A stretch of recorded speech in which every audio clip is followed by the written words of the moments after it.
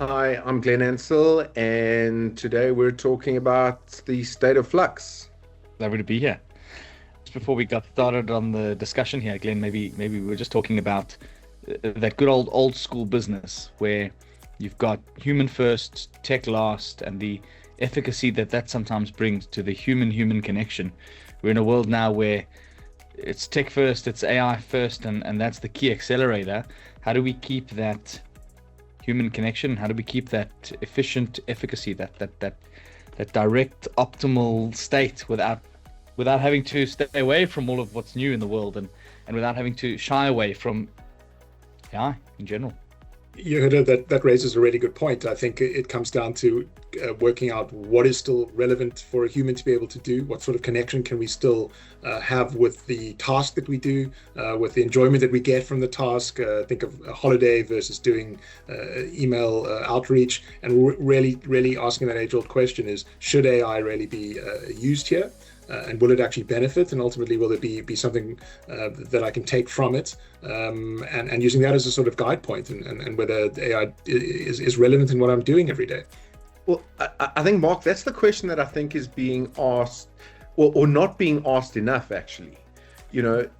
AI is not a silver bullet, but at the moment it seems as if everything is AI is the answer. What's the question? And I think that is an important question to ask as to where are human beings more relevant than AI in certain cases, and vice versa. Why are we still letting human beings do, for example, high volume, repetitive, task-based work? But I think one also needs to ensure that the history of the past of digitization and digital transformation and the lessons learned also need to come into the world of AI. I think so much of what we did in digital transformation was almost just sort of digital layering, where all we did was, it was manual in the past on a piece of paper. Now we made it digital, where we just layered all of these things on top, and people are now kind of scurrying around trying to find where does that data live, what tool did I use for that? And you now have this myriad of tools, whereas before, yes, it was on paper, but we've just digitized it and created the same amount of chaos and complexity, if not more, in many cases. Correct, because I've seen it on a day-to-day, Glenn. I think what you're touching on is key, right? Where digital transformation absolutely was just taking what we had and loading it up. But it didn't necessarily give everyone the access they needed. It didn't necessarily bring it to the forefront or the front line of business. You look at most organizations to date, and you try and speak to someone about where they can find specific procedures or processes and documents in their org. It's all online, it's all there. But no one has any idea what's there. There's 40 versions. No one knows which is the latest version, right? Now, all of a sudden, we've got this capability that we can access that, but I feel, experiencing the chaos that we created during the digital transformation phase and trying to work out how to tame that and then how to extract value from all that information that we've been storing for the last 10, 15 years, digitizing in the last maybe 10 years. Now, all of a sudden, it's at our fingertips, but there's a lot of work to be done as well in terms of filtering out the noise and working out, well, we've got all this information. That's really great. I can use that information now. I couldn't use it a few years ago, but now what do I do with it? And that's, I think, the big question on the headline of what do we do next? I was going to say that we're feeling the effects of the whole data lake 2010s, where companies were just putting everything into a data warehouse, or a data lake as it was called, and not necessarily knowing what to do with it, and going back to it and analyzing. AI gives us the power to interrogate that. At the same time, the interest of, for the first time in a generation, well, as part of the last generation and the current, is that everyone on this planet has access to every piece of information that's ever been recorded in history at their fingertips. And is it being used in a way that actually creates value or has a benefit to each individual human, or are we shifting information from the data lake to some other repository and not interrogating that in a way which actually has an ultimate benefit, I guess, for humans and for what we're trying to achieve. So that's probably the question that I keep asking myself is, we've got access in a better way. Are we going to make a different decision to what we did before, or are we actually going to utilize it in the right way now? Well, I'm hoping to see, and taking some of the lessons learned from the sort of digitization era, is that two questions are asked more often with regards to how AI is used: is firstly, why, and why not?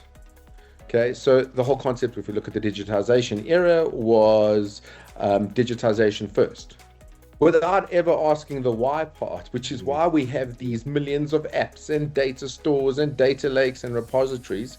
And I'm hoping that that question gets asked a lot more in this AI era.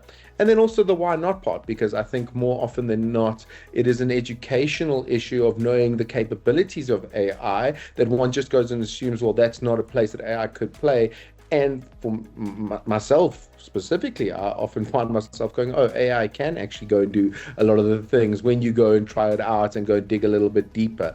But I'm hoping that those two questions are asked a lot more in this AI era. Firstly, why are we using AI? Because maybe a human being is more efficient at doing this, or has a certain set of skills that AI currently, or potentially in the future, has not caught up to or will not catch up to. And then also, why not? Why are we not using AI for this specific resource? Is it because this is just the way things have always been done? Then those sort of things should be questioned. Yeah, and there's always the concern that we go and optimize and make a process more efficient that shouldn't exist there in the first place, right?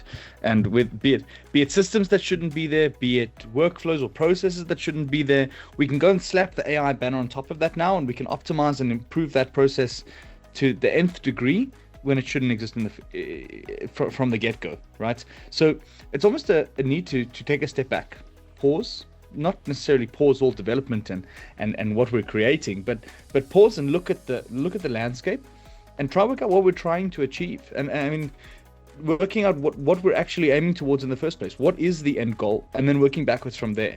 Because now we've got this great capability that can speed up how we can implement and what we can implement, but we need to work out if we should be implementing something in the first place.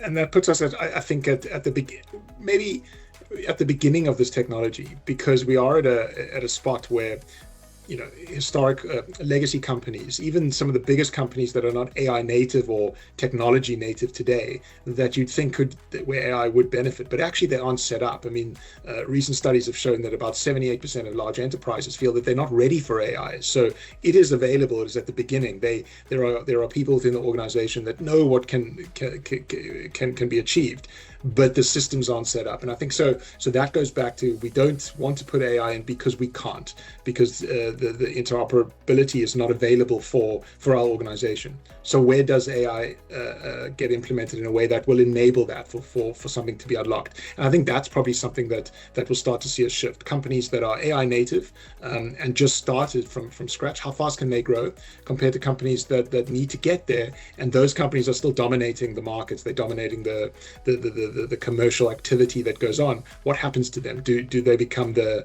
sort of General Electric of old and sort of fade into a distance versus what's happening with more modern companies? And that's probably what we're going to see in the next 5 years. Yeah, I mean, I'm going to ask you to unpack that a little bit, especially the concept of AI native and AI ready. Maybe we can start with AI ready, you know, as a starting point. What does it mean to be AI ready? Because I think the consumption of machine learning tools 10 years ago, 15 years ago, and before that, whether they were called machine learning or not, statistical analysis, okay, type tools assumed the need of being data analysis, BI ready, now AI ready. But does that still exist though? Because with where AI is going and so many of these tools being able to go and unpack unstructured data, go and figure out where data lives, how it's connected, does the concept of AI ready really exist if you're not necessarily going and building machine learning tools right now? Glenn, I'm going to jump right in here because I hear this line often. It's people saying, well, you know, our organization's not quite ready and we're not quite there yet. And if you're talking about security or you know, the policy of, well, how do we use this in the organization to keep the organization safe, then fair enough. But that can be a week or a couple of weeks of prep time. If you're talking in terms of, well, our data's not clean and our systems aren't ready, when will they be? And the opportunity cost of getting started today and ensuring that your organization starts to transform and shift based on the capabilities far outweighs any marginal gain that you'll get from having this perfect clean state system, which may only be achieved 6 months to a year from now, of this enormous upfront effort which at that point, the models will probably be at a level of intelligence and capability, and almost are there now already, where the chaos is fine with a little bit of context and a little bit of understanding. It doesn't need to be clean. It doesn't need to all be perfect. And so I get concerned when people are hesitant to dip their toe in the water because they need the entire house to be clean and ready to go. I think the opportunity cost there is significant. I'm going to challenge you there, Yoda. So I think the technological side, 100% agreed that organizations, big and small, can take a lot of steps and utilize AI in order to understand and unpack where the gaps are.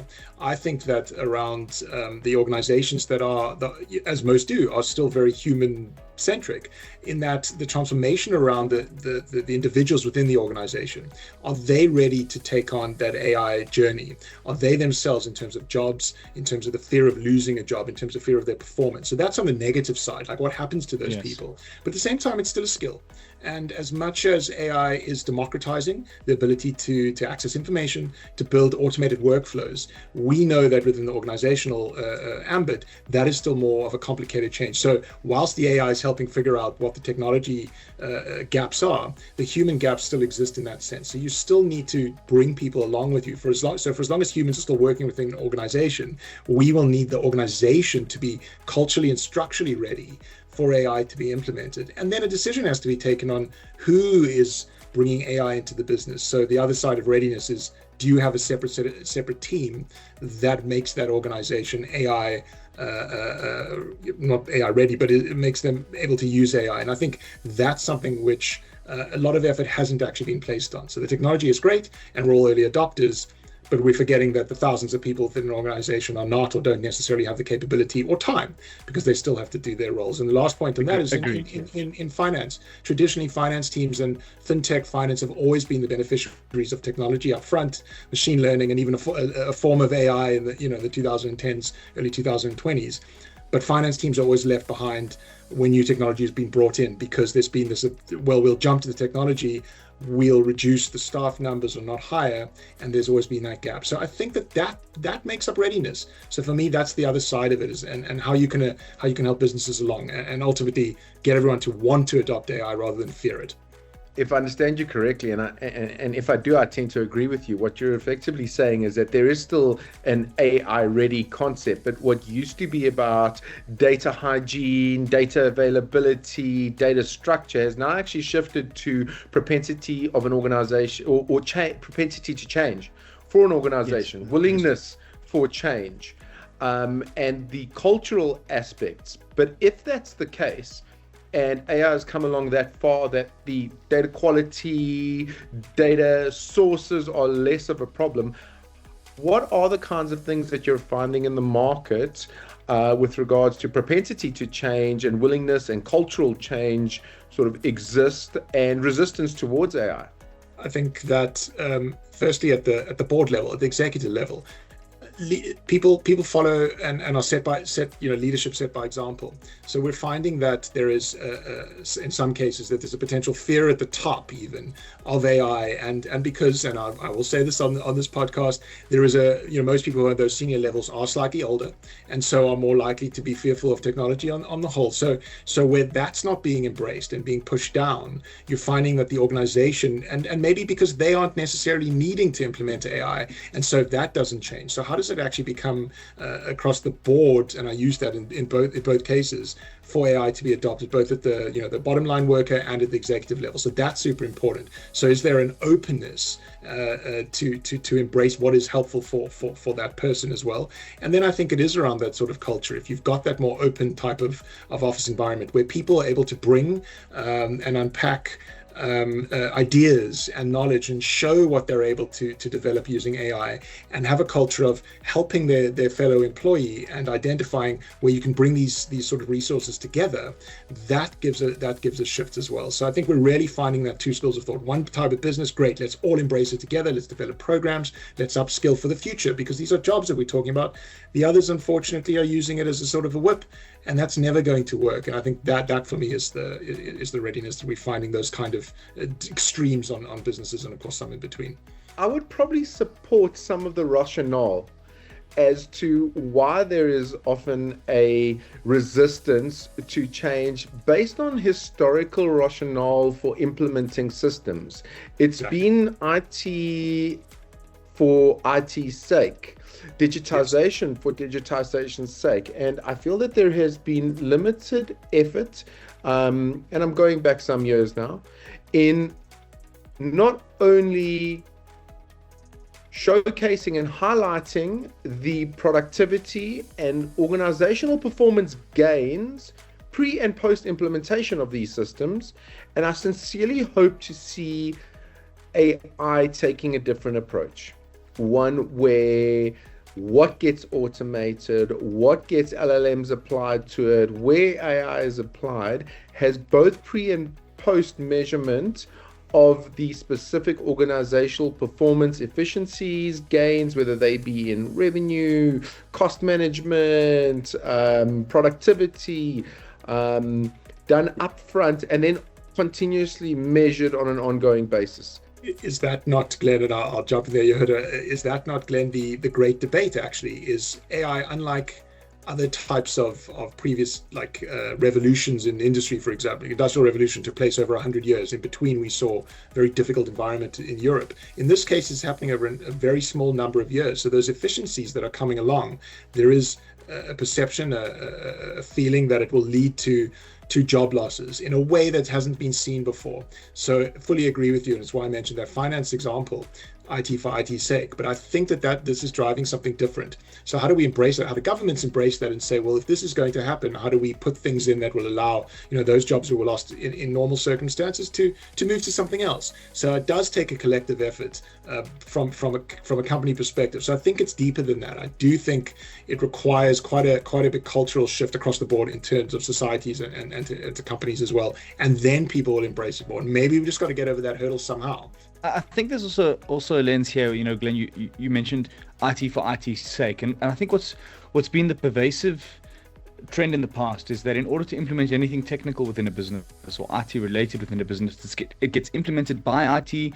And initially the intention is it's for business, but the technical and the business or application pathways always diverge.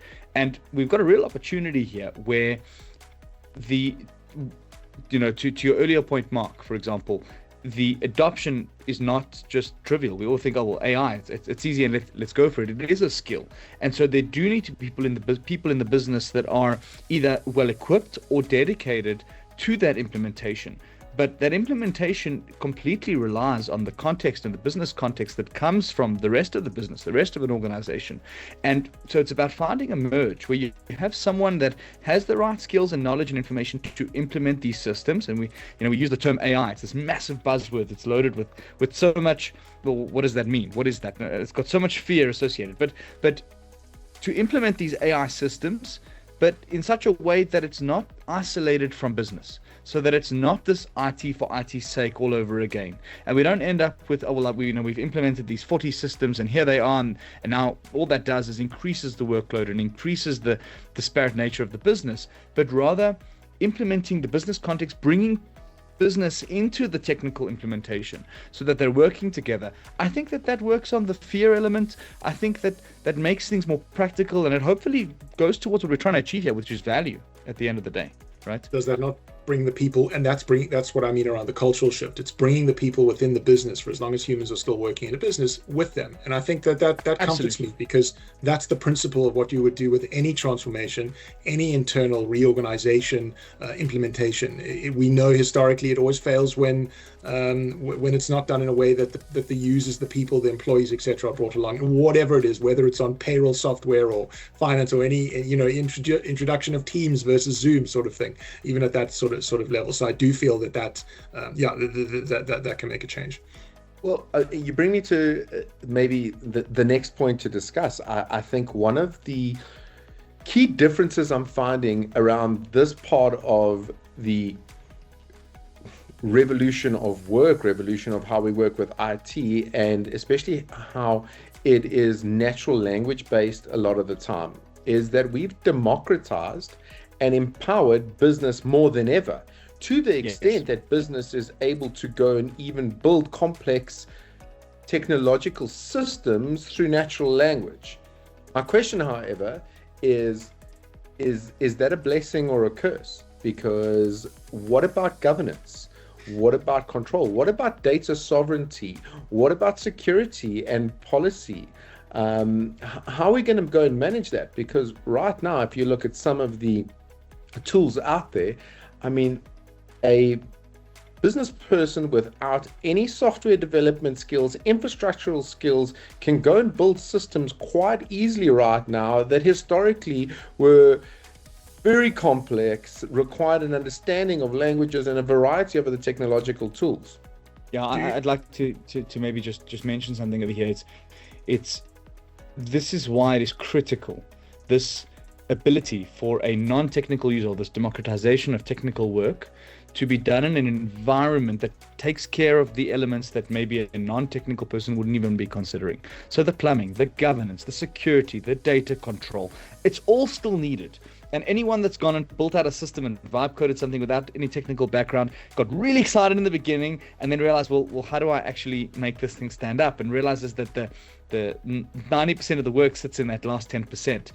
Will testify to the point that the plumbing and the surrounding systems are the complicated technical part. They still exist, they haven't gone anywhere, but it shouldn't be up to business to implement them.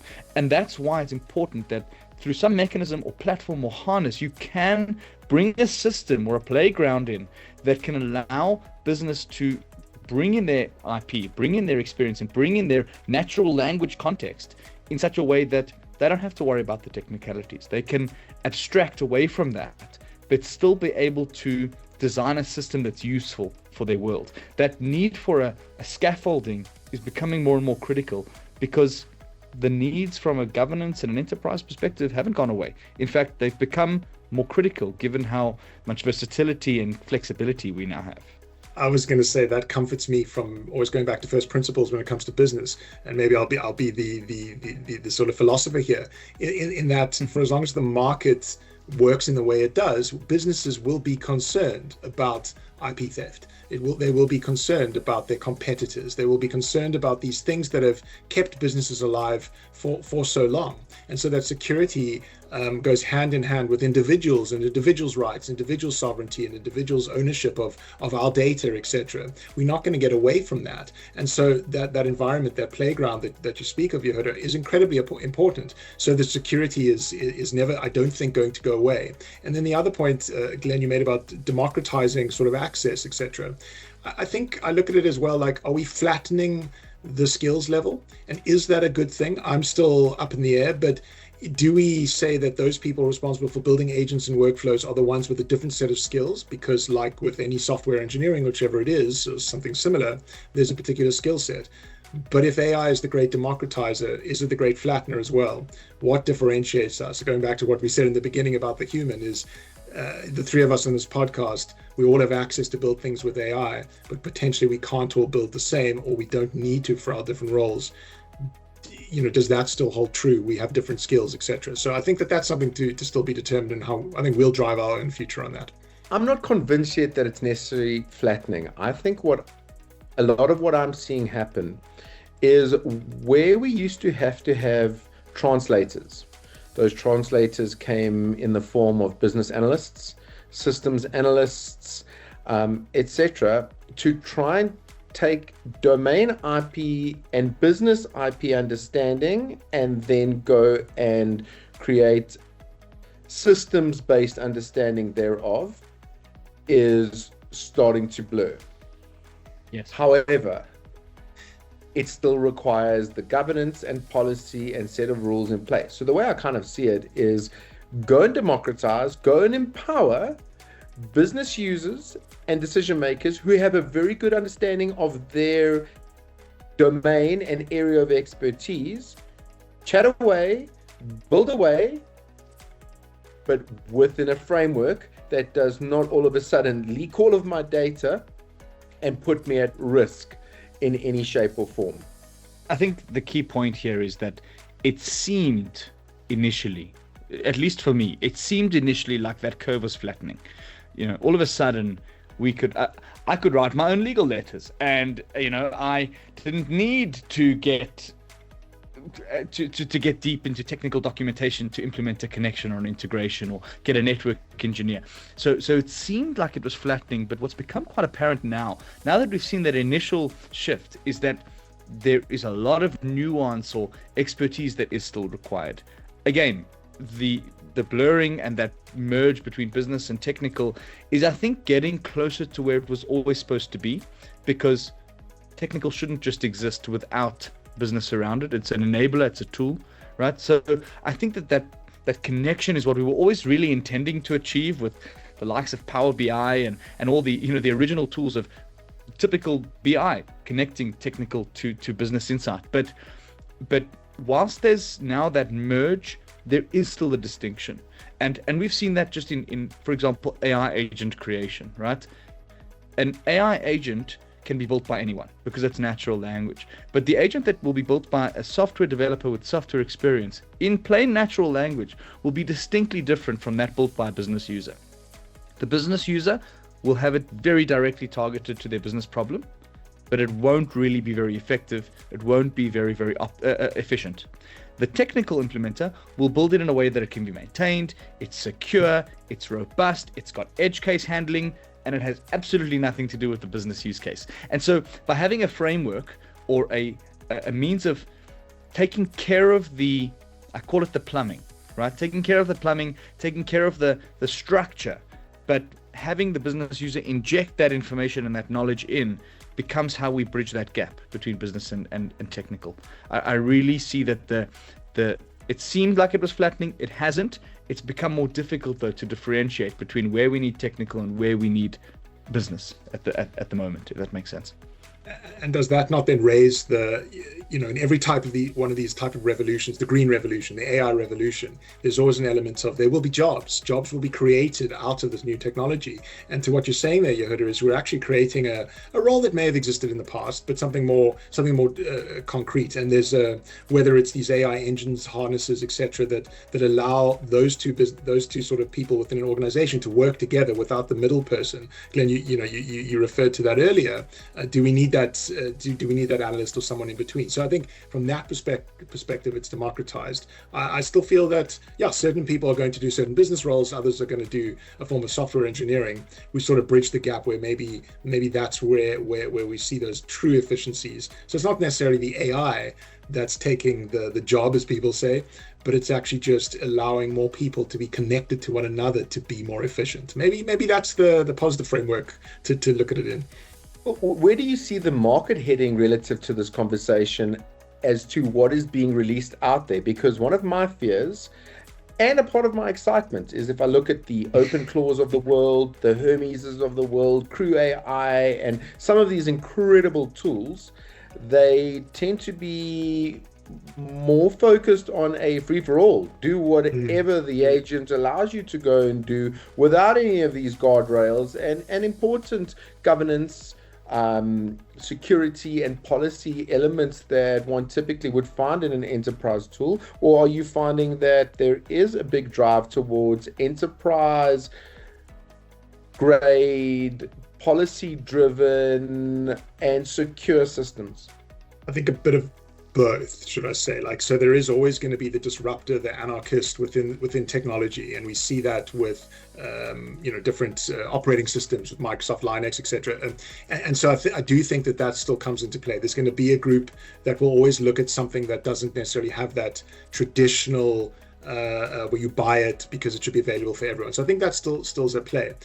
But I'll go back to the market still dictates, and the market requires, and the human still requires the sovereignty. So I do think that will still hold, and these other companies will make a play, and there'll be a market for them. But ultimately, people will still sort of revert and say, well, I cannot afford for something to go wrong. Fear, unfortunately, does sort of drive a lot of business decisions, ultimately with a good ROI. But I do think that will still be relevant, and it will probably be the last wedge in a way. is how can you put that information in a contained environment where everything else is sort of democratized or flattened. Is that our last word? So I think for now at least, and we're still seeing that at both at the medium sort of to business level and certainly the enterprises, it's super important for different types of industries and clientele. What I am, however, enjoying around a lot of these sort of free-for-all, almost rogue type tools that don't really care about security policy or what they're doing is it is illuminating the art of the possible, which is playing a role in educating the non-technical user in understanding there's a lot more that AI is able to do if you set it free. Glenn, I think that we forget how early into this game we are. We don't really know what the end game is, right? And I think that whilst we're only finding out the art of the possible, so are the large megascalers, the large labs, right? The likes of Anthropic and OpenAI. They also don't quite know where the clincher and the value is. And that's why, for example, you get these released free versions of every app, or even a low paid, but all these clauses of we will retain your information, we will contain your data. Why? Because we want to see where you're getting value, right? We're in one massive social experiment at the moment, and no one quite knows where the values are. We're sprawling out here. We're looking at the art of the possible. We're in this very R&D explorative phase, and so there's a little bit of chaos going on. But I think that the rules of the game haven't changed. We're here to find value, and the minute you get into an enterprise, that becomes clear. There's a lot of capability. There's a lot of new shine. There's a lot of amazing things we can do. But it's about filtering through the noise. Where's the value? But I think that working out what that value is hasn't been quite worked out yet. Everyone's really on that journey together. And what I think brings me some assurance is if anyone knew it, or if the large AI providers that are at the leading edge of this knew it, they wouldn't need my information to work it out. And so we haven't reached the destination yet. I don't know where that's going to be. But what brings me a lot of calm and clarity is that the world of the market hasn't changed. Ultimately, it's where can we unlock real value, right? Where can we impact the bottom line? And is that the ultimate question really, is if you take OpenAI initially for good, for not for profit, Sam Altman, Elon Musk fighting over this, and yet still raising money within the traditional way, wanting to list these companies. So is there still a profit motive for all organizations, or do we start to see a shift where that value is actually something that's very different?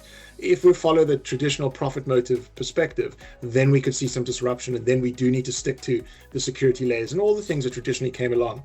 If value starts to change and we start to see, work in a different way, and there is that societal change, then yes, Glenn, then it wouldn't be held on to who's built something, who needs to recoup the costs, why is that closed, why is that expensive. We start to see some real democratization.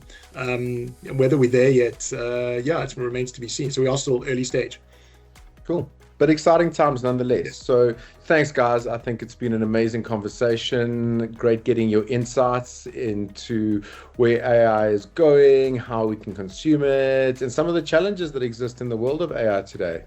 I'm really excited to get into our next episode, which in the series will be around the Great Disconnect, talking a little bit about are we disconnecting from each other as we start interacting more and more on a daily basis with our AI agents, and possibly losing out in some cases where our communication interhuman is starting to diminish and dilute as we rely more and more on AI, LLMs, and machine learning.